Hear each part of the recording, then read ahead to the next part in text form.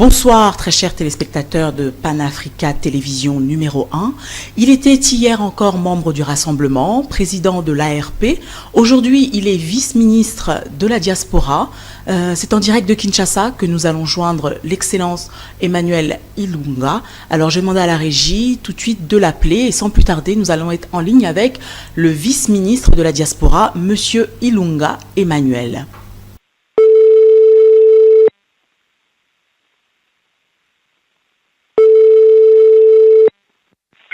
Paris. Allô? Excellence Emmanuel Ilunga, bonjour et bonne année. Bonjour, merci beaucoup. Bonne année à tous nos auditeurs, à tous les Congolais de l'étranger et à toute la diaspora. Alors, nous vous avons connu hier ici en France comme membre du Rassemblement, président de l'ARP, et aujourd'hui, vous êtes devenu vice-ministre des Congolais de l'étranger. Alors, quelle lecture est-ce que les Congolais doivent faire de votre position aujourd'hui?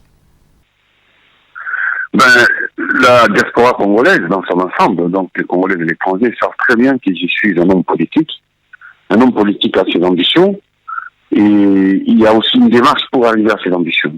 Donc, il y a eu un gouvernement d'union nationale proposé par rapport à l'accord du 18 octobre à la cité de l'OUA, dont ma plateforme, pas simplement moi, mais toute ma plateforme, constituée en 31 partis politiques, nous avons rejoint.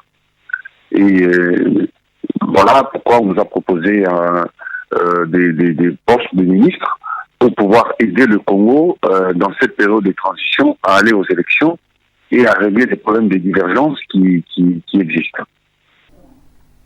Alors aujourd'hui, le peuple congolais est fatigué, il est épuisé en vue de tous ces chamboulements politiques.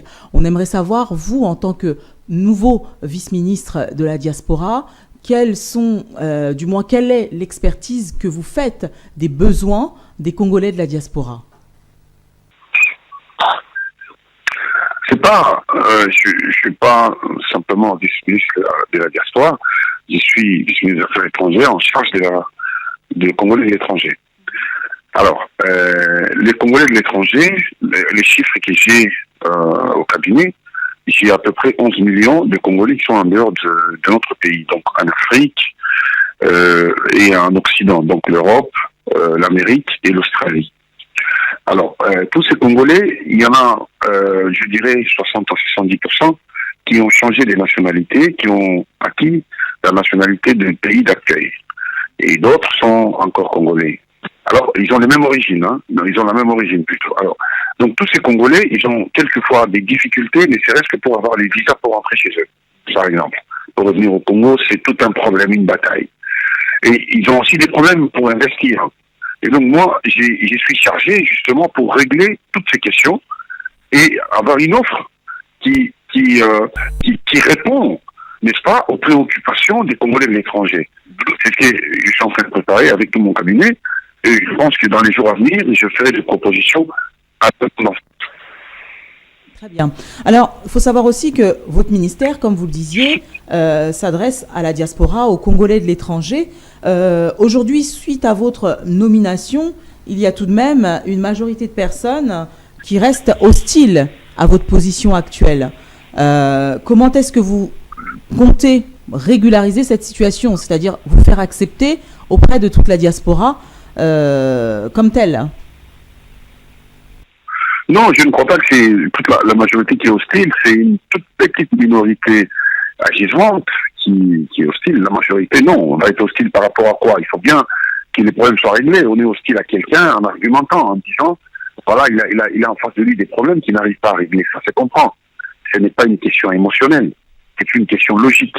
C'est une question de raisonnement. Pour des gens qui réfléchissent, qui raisonnent, je pense qu'ils ne vont pas se lever de bon matin et dire, alors là, ça devient un délit de faciès. Je ne l'aime pas parce qu'il a réussi à faire ça. Alors là, ça ne répond pas au cadre politique que moi j'exerce. Donc aujourd'hui, il y a une toute petite minorité, mais qui ne savent même pas pourquoi ils sont hostiles, ils ne savent pas, parce que ils existent derrière des insultes. Parce que au 19 décembre, le président Joseph Kabila devait, selon la Constitution, arriver à la fin de son mandat. Or, aujourd'hui, il y est encore. Et vous faites partie de son gouvernement actuel. Donc, je pense que c'est l'une des raisons. Oui, mais vous savez, chère madame, lorsque on veut régler très sérieusement les problèmes, on pose un diagnostic sérieux. Lorsqu'on refuse de poser un diagnostic, on croit que parce qu'on veut que ça soit réglé, ça s'est réglé, alors là on est très naïf. La date du 19 décembre, tout le monde savait, il n'y a pas une seule personne, tout le monde savait que cette date, ça serait une journée comme toute autre journée. Tout le monde le savait. Il y a eu ceux qui ont eu le courage de le dire publiquement, en argumentant. Il y a eu ceux qui ont voulu jouer la lâcheté. Alors, il faut que les Congolais arrivent à choisir. Qu'est-ce que les Congolais aiment? Ils aiment la lâcheté ou ils aiment le courage? Moi, j'ai choisi le courage. Moi, je ne suis pas là. J'ai choisi le courage de dire des choses, même des choses qui fâchent, qui ne plaisent pas, mais au moins avoir les culots de les dire pour le mettre à la place publique, pour que ça soit l'objet d'un débat. C'est de la même manière que vous avez quitté, c'est de la même manière que vous aviez osé quitter le rassemblement pour rejoindre le gouvernement? Le rassemblement, je suis toujours membre du rassemblement, mais c'est le rassemblement signataire de l'accord. J'ai écrit moi-même à 3 reprises au comité des sages pour demander un arbitrage. Pourquoi j'ai demandé l'arbitrage? J'ai analysé, moi, les accords de la cité de l'OUA. J'ai analysé ces accords. J'ai trouvé que entre les résolutions des Javal et ces accords, la différence, elle est fine. Alors, au lieu de faire un combat de chefs, le peuple payera trop cher, il faut avoir le courage de dire, écoutez, dans ces accords, il y a des choses dont nous sommes d'accord. Donc, mettons-nous ensemble pour voir comment nous allons diriger le pays jusqu'aux élections. C'était l'objet de mon arbitrage. Mais j'ai compris une chose. D'abord, le rassemblement qui se trouve à Limité n'est pas dirigé à partir du Congo RDC. Il est dirigé à partir de l'extérieur, particulièrement de certaines personnalités dont j'ai tiré les noms. Deuxièmement, que le combat du rassemblement n'était pas le combat de la liberté et d'organisation des élections. Non, c'était le combat des postes, d'avoir des fonctions ministérielles, des postes, et d'essayer de gagner sa vie de cette manière-là. Moi, je me suis désolidarisé de cette manière de faire, la politique, et puis 2, de voir les choses. Quand vous voulez faire une démarche, il faut la faire publiquement. Que le peuple sache qu'il vous juge et qu'il vous explique pourquoi. C'est ce que moi j'ai fait. Je n'ai pas été lâche, je n'ai pas fait les choses derrière les Congolais, je les ai fait, j'ai signé, j'ai expliqué pourquoi. Aujourd'hui, vous voyez très bien que tous les rassemblements se battent non seulement, non pas pour les élections, mais ils se battent pour avoir la fonction du Premier ministre, de la fonction de comité de suivi et des ministères dans le gouvernement. C'est au vu, au su de tout le monde. Alors j'aimerais voir tous ces Congolais, les bien-pensants, les vertueux, qui donnent tout le temps des leçons et qui font la politique sur les réseaux sociaux, de nous expliquer comment on en est arrivé là. Alors que les rassemblements, qui étaient considérés comme les bons dieux, aujourd'hui, réjouissent l'accord et acceptent les glissements tant décriés. On a eu des cartons jaunes 2 fois. Ils ont eu des cartons rouges. Où sont-ils ces cartons? Oui, c'est pas sérieux. Alors, les gens sont en train de duper les Congolais, mais les Congolais, ils croient que c'est les politiques qui les dupent. Non, c'est les Congolais qui sont naïfs. Ils sont naïfs et ils aiment être dupés. Parce qu'ils ne veulent, pour la plupart, pas tous, et ils réfléchissent pas au-delà de la main, de la vision de la main. Ça sautait aux yeux, le combat du rassemblement. Nous avons le courage de dire, voilà, même dans le gouvernement où nous sommes, nous avons fait des propositions concrètes. Et vous verrez, le travail que nous allons faire, nous, je parle en particulièrement moi, et tous ceux qui nous ont rejoints dans le cadre du rassemblement, vous verrez, et nous serons toujours au service de la nation. Alors justement, pour mériter la confiance des Congolais. Justement, Excellence, qu'est-ce que vous avez prévu? Je terminerai par là. Qu'est-ce que vous avez prévu quand vous dites que vous allez vraiment faire des grandes choses? Qu'est-ce que vous avez prévu d'une manière primaire à faire pour D'abord, très bien. J'ai demandé une audience au Premier ministre et au Président de la République, toujours dans le cadre des solutions que je propose pour la diaspora. Voilà le chef de l'État. C'est vrai, quand on ne connaît pas quelqu'un, ou on le connaît de loin, on peut toujours avoir sa position par rapport à la personne. Mais il m'a dit que sa priorité, c'est que le chef de l'État ne veut pas que les Congolais qui sont à l'extérieur puissent souffrir de la manière dont j'ai présenté les choses. J'ai parlé des visas, par exemple. Il a dit ça, il faut que ça soit réglé le plus rapidement possible. Alors, si c'est quelqu'un qui n'aimait pas les Congolais, il n'aurait pas pu me dire ça. J'ai demandé une audience pour ça. Il a dit qu'il faut que ça soit réglé le plus rapidement possible et je dois lui faire des propositions concrètes pour qu'il donne son accord. Bon, alors, quelles propositions concrètes avez-vous déjà fait? Mais je vous ai dit tout à l'heure que je suis en train de travailler sur la question. Je vous ai dit que je suis en train de travailler sur la question. Donc, j'ai pas terminé. Je suis avec une équipe. Je vous ai brossé très rapidement, juste que par rapport au visa, la souffrance des Congolais, par rapport aux décisions qui ont été prises, des véhicules de plus de 10 ans ne viennent pas. Il y a beaucoup de Congolais en diaspora qui, aujourd'hui, ça les a arrangés d'envoyer leurs véhicules pour pouvoir avoir un peu d'argent et aider leur famille.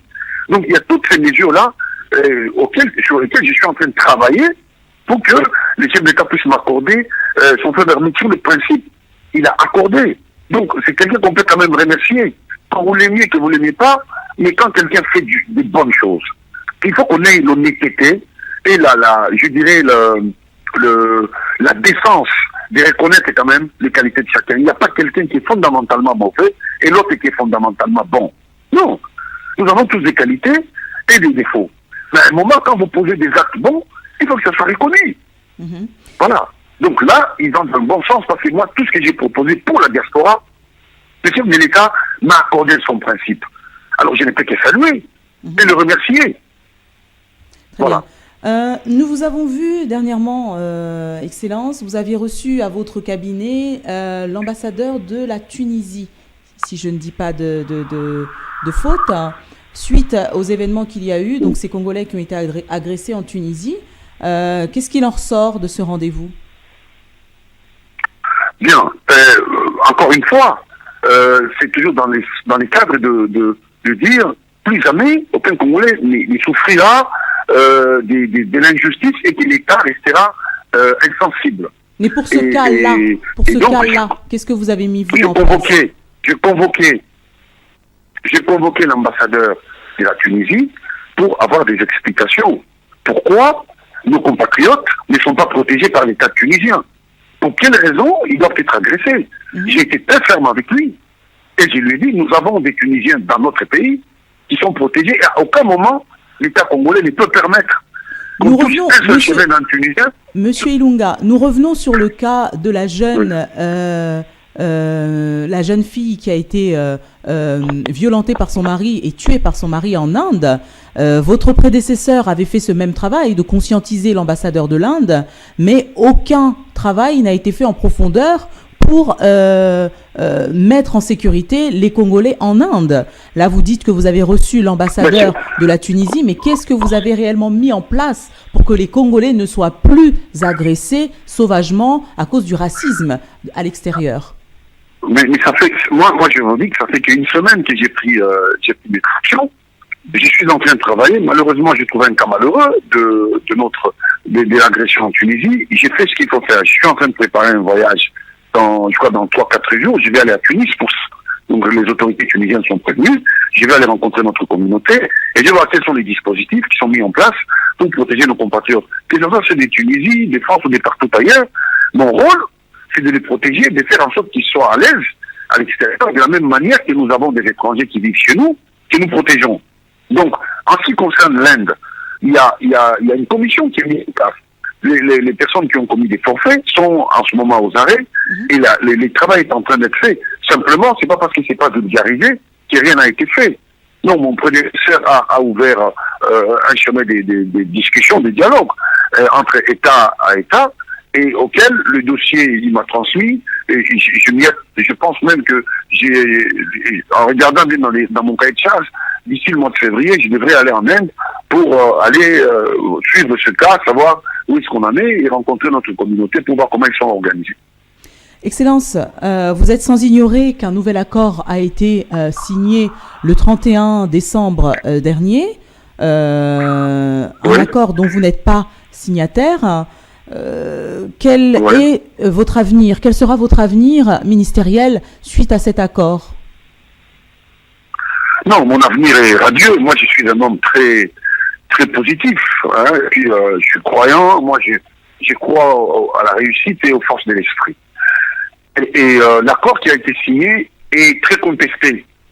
C'est 32 personnes qui l'ont signé. 32 personnes. Alors, donc, dont fait de la majorité. Et puis, il y a à peu près 8 de l'opposition signataire de l'accord de Kanshasa. Et puis 16 du rassemblement. Donc, c'est insuffisant, c'est largement insuffisant pour créer un débat de fond sur l'avenir de la nation. Ça, c'est le premier point. Cet accord ne repose pas sur des arguments juridiques. Le premier accord, il y avait une ordonnance présidentielle. Le deuxième accord, c'est les prêtres qui l'ont initié. Si les prêtres l'ont initié, c'est d'accord. Mais les imams aussi peuvent se lever demain pour initier un nouvel accord. Donc ça va abroger le deuxième accord. Si les imams se lèvent, les judokas aussi peuvent se lever pour initier un accord et ainsi de suite. Où allons-nous? Où allons-nous? Quelle république voulons-nous faire? Nous pensons très certainement que si, pourquoi je ne suis pas allé, c'est justement l'une des raisons en disant les rassemblements, l'accord du 18 octobre au Kanshasa est très ouvert. Pourquoi ne pas apporter des amendements qu'on peut appeler des avenants? Alors, moi je pense que la démarche principale, c'est une démarche purement personnelle, égoïste, qui veut que les autres non, c'est simplement nous, prendre en otage la vie et la nation. Et nous ne sommes pas d'accord. Et cet accord ne fait pas l'unanimité, ça c'est un. Et des deux, la majorité qui a signé, l'a signé sous réserve de l'inclusivité. Or, l'inclusivité, c'est difficile de l'obtenir. Parce que certains ministres qui sont au gouvernement ont été au Kanshasa, ils ont bataillé pendant 45 jours avec plus de 300 personnes pour obtenir cet accord. Et aujourd'hui, on réunit des gens pendant 4 jours, 32 personnes, et on dit que cet accord est plus valable que le premier. Pourquoi? Parce que tout simplement, il y a une ou deux personnes connues, comme on a l'habitude de le dire, qui y ont participé, donc ça donne de la légalité à l'accord. Non, non. Nous avons l'accord qui est là, qui respecte l'esprit de la Constitution. Nous devons respecter, et s'il y a des amendements, pourquoi pas on apporte des amendements. Le plus important pour nous, c'est d'aller aux élections, de faire des élections pour crédibiliser notre action politique et l'action gouvernementale. Nous avons cette mission. Si demain, moi je suis pas né au pouvoir, je rappelle maintenant pour mon avenir, parce que vous m'avez posé la question, moi je suis pas né au pouvoir, je suis pas né ministre, je suis pas né vice-ministre, je suis né comme tel. Donc, demain ou après-demain, je serai toujours la même personne et je me battrai politiquement pour que mon pays avance. Je me battrai, je ne ferai des cadeaux à personne. Et je n'aurai ni peur, ni honte des personnes à partir du moment où je défends les intérêts de ma nation. La décision que j'ai prise pour signer l'accord contre les grés de la diaspora, entre guillemets, une partie de la diaspora qui m'a insulté, je m'entendais. Mais j'ai pris une décision pour leur bien. C'est comme le Christ, quand il est venu. Le Christ, il a été tué par qui? Pas par les gens qui sont venus sauver, mais les gens ne l'ont pas compris. Ils ne l'ont compris que 2-3 siècles après.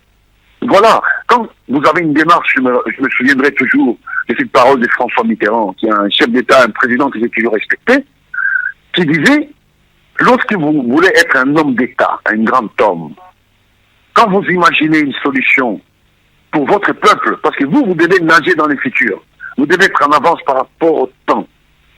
Alors le temps présent vous combattra. Ne cédez pas. Voilà ce qu'a dit Mitterrand. Ne cédez pas aux assauts du temps présent. Si vous cédez aux assauts du temps présent, vous êtes un homme politique, vous n'êtes pas un homme d'État. Un homme politique vit avec l'opinion. Et tous ceux qui sont partis du rassemblement pour aller signer, ce sont des hommes politiques, ce ne sont pas des hommes d'État. Je suis désolé. Alors dans ce cas-là, vous seriez prêt à quitter votre poste si cet accord de la SENCO était mis en application? Mais bien sûr, si le gouvernement, mais certainement, on peut en douter, qu'ici demain ou après-demain, je ne crois pas d'ailleurs que le gouvernement est arrivé à tomber, mais je ne crois pas à ça, à cette option. Et là, enfin, je suis obligé de respecter. Je respecterai. Mais aujourd'hui, je ne pense pas que cet accord sera mis en œuvre. Il n'y a pas d'inclusivité dedans. L'accord répond sur quoi? Sur quelle ordonnance présidentielle? Il y a des choses dans notre pays qui se passent aujourd'hui. Nous fermons les yeux parce que nous aimons tel ou tel camp. Mais les conséquences de toutes ces démarches, nous n'allons pas le voir aujourd'hui. C'est demain qu'on aura la conséquence. On va payer cher sur le plan du droit. Alors, je dis bien sur le plan du droit. Pour rechuter un petit peu, Monsieur Ilunga, pensez-vous vraiment qu'en cette fin d'année, est-ce que vous pensez vraiment qu'en cette fin d'année, il y aura élection? Non. Je ne vais pas vous avouer, nous sommes au mois de janvier. Je prends tous mes compatriotes à témoin. Il n'y aura pas élection cette année.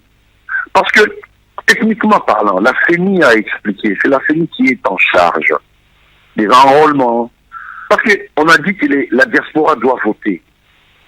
À partir du moment où la CENI viendra à Kinshasa pour enrôler les Quinois, c'est au même moment qu'on va déclencher des enrôlements en dehors de la RDC. Donc au Brazzaville, l'Afrique, l'Europe, l'Asie. Mais dites-moi, le temps de définir tout ça, de compiler les informations, c'est pas sérieux. Est-ce que, il faut savoir quelle est notre démarche? Nous voulons les élections. Pour les élections, tout ça va l'élection parce qu'il faut que ça aille en haut. Ou bien nous voulons des élections crédibles, qui mettra tout le monde d'accord. Alors pour vous, cet accord de la SENCO est utopique. Oui, comment? Non, l'accord de la SENCO, il y a 58 000 bureaux de vote, chère madame. Il y a 58 000 bureaux de vote. Ça veut dire, sur chaque bureau de vote, il faut mettre une toute petite équipe, au moins 6 personnes. Les gestions. Faites les calculs. Il faut du temps pour mettre tout ça en place. Il faut du temps. Chère madame, ils veulent quoi? Vous voulez construire un immeuble et vous voulez le faire dans une semaine. Vous croyez que cet immeuble va tenir? Mais vous pouvez bien sûr le faire dans une semaine. Si vous prenez 40 000 personnes pour le construire. Mais est-ce qu'il va tenir? Il faut du temps. Le facteur temps est important. Nous sommes une très jeune démocratie pour prétendre organiser les élections cette année. Problème du budget. Il faut le mois de janvier. Il faut compter à partir de février. Ça fait 11 mois qu'il reste. C'est impossible d'organiser les élections. Et ils les savent. Le courage le manque. Ce sont des hommes politiques. Moi, je suis un homme d'État. Moi, je n'ai pas peur d'affronter des avis contraires. Je suis prêt à débattre, à démontrer, à prouver par la logique mon raisonnement. Et je n'ai pas toujours raison. Je peux aussi avoir tort. Mais il faut le démontrer. Ce qui manque à nos compatriotes, c'est le courage. Les gens veulent suivre, être suivistes, et créer, nager dans l'émotion. C'est comme la lobby Bourrier, dans l'émotion. Je ne suis pas dans l'émotion. Il faut rester dans la logique, dans la raison, et dans ce qu'un homme d'État peut faire pour son pays. Alors, pour terminer, Excellence, qu'avez-vous prévu comme première action ici en France, en l'occurrence? J'ai prévu, pour l'ensemble de la diaspora, de tout faire pour qu'il n'ait plus à prendre des visas. Ça, je me bats, je vous l'ai dit tout à l'heure, je remercie d'ailleurs les chefs de l'État pour ça, parce qu'il m'a reçu et il m'a dit que c'est dans sa priorité et il veut que je lui propose un schéma très rapidement. C'est ce que je suis en train de travailler dessus. D'ici une semaine, peut-être 2 semaines, je lui mettrai ça sur son bureau et je pense très certainement qu'il sera d'accord parce qu'il veut que les Congolais commencent à revenir dans le pays pour investir. Pour investir, apporter de la valeur ajoutée, de l'intelligence. Donc ça sera peut-être la première action.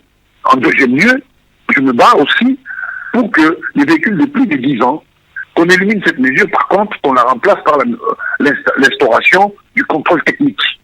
Parce que le contrôle technique, c'est nous montre si le véhicule est en état de marche ou pas, et il est polluant ou pas. Donc il y a des mesures comme ça qui sont claires et nettes, que je suis en train de travailler pour proposer la faisabilité et une fiche technique claire pour que les chefs de l'État puissent les valider et donner au Premier ministre. Très bien. Alors s'il y a un mot de la fin pour la diaspora, quel serait-il? Le mot de la fin. Bon, mes chers compatriotes de la diaspora, les Congolais de l'étranger, comme on a coutume de les appeler. Tout d'abord, je vous souhaite une très bonne année et mes meilleurs vœux, des bonnes santé et beaucoup de bonheur.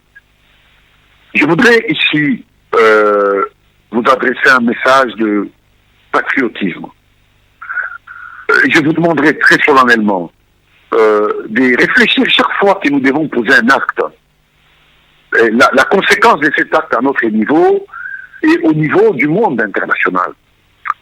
Remarquez que nos compatriotes ont attaqué nos ambassades, particulièrement à Paris. L'ambassade a été vandalisée. La conséquence, c'est que beaucoup de Congolais qui devraient venir enterrer leurs parents, obtenir des visas, ne peuvent pas le faire. Donc ce sont les Congolais eux-mêmes qui ont pénalisé d'autres Congolais. Premièrement. Deuxièmement, pour faire des travaux dans cette ambassade, l'argent viendra d'où? C'est l'argent qui devrait être affecté dans les hôpitaux, dans les écoles, qui va encore retourner pour réparer l'ambassade. Et donc on a pénalisé encore des Congolais. Et j'en passe. Donc lorsqu'on doit poser un acte, on doit réfléchir. On réfléchit 2 fois de ce qu'on veut obtenir comme résultat et de la conséquence de ces actes. Après avoir cassé l'ambassade, et après, qu'est-ce qu'on vous obtenez? Rien du tout. L'État continue à vivre, le Congo existera toujours. Lorsqu'on a des revendications, il faut trouver un canal pour les exprimer. Aujourd'hui, je suis là pour vous. S'il y a des revendications claires, déjà pour les élections, nous sommes d'accord. Les choses sont claires. Il y a des revendications, constituer des commissions, poser des problèmes en termes clairs, pour qu'on avance. C'est comme ça que des hommes civilisés avancent. La violence ne résout rien. La violence n'appelle que la violence. Il n'y a pas quelqu'un qui peut dire qu'il a le monopole de la violence. Personne n'a le monopole de la violence. Parce que la violence, elle est dangereuse. Elle ne sait pas où commencer, mais elle ne sait pas comment elle termine. Alors, j'assiste et je mets en garde tous nos compatriotes qui passent leur temps à vandaliser nos édifices publics. C'est pas comme ça qu'il faut procéder. Je pense qu'il faut trouver un moyen intelligent de se faire comprendre, de poser ses revendications. C'est comme ça qu'il faut faire. Et je pense que les Congolais sont intelligents, sont réfléchis, et aujourd'hui, maintenant, nous sommes prêts à discuter pour faire avancer la cause des Congolais de l'étranger, de la diaspora, de tous ceux qui veulent revenir au pays. Comment nous allons faire? Je suis là pour vous, pour que nous discutions ensemble des solutions. Ma porte ne sera jamais fermée. Je travaillerai pour vous, je ferai tout pour mériter votre confiance. La confiance, c'est un mérite. Le mérite vient à travers le travail, pas à travers des rumeurs et des insultes. À travers le travail que la personne pose, il mérite ou pas. Et moi, c'est ce que je suis en train de faire, et vous me jugerez à travers des actes que je poserai. Je vous remercie. Très bien, Excellence. Je vous remercie pour le temps que vous nous avez accordé. Je vous dis à bientôt, peut-être sur notre plateau. Ok. Merci beaucoup. Merci. Que Dieu vous bénisse. Au revoir. Alors voilà, nous étions avec Emmanuel Ilunga, vice-ministre de la diaspora congolaise, en direct de Kinshasa. Si vous aussi, vous avez un message à faire passer, une interview, vous êtes loin, n'hésitez pas, contactez-nous au numéro de téléphone qui s'affiche en bas de votre écran afin de faire passer votre message, afin de vous faire interviewer. Quant à moi, je vous dis à bientôt sur ce même plateau, Panafrica Télévision. Je remercie la régie, je remercie toute l'équipe technique, toutes les personnes qui nous suivent et qui nous encouragent sur ce programme. Je vous dis à très bientôt et encore une fois, bonne année 2017. Au revoir.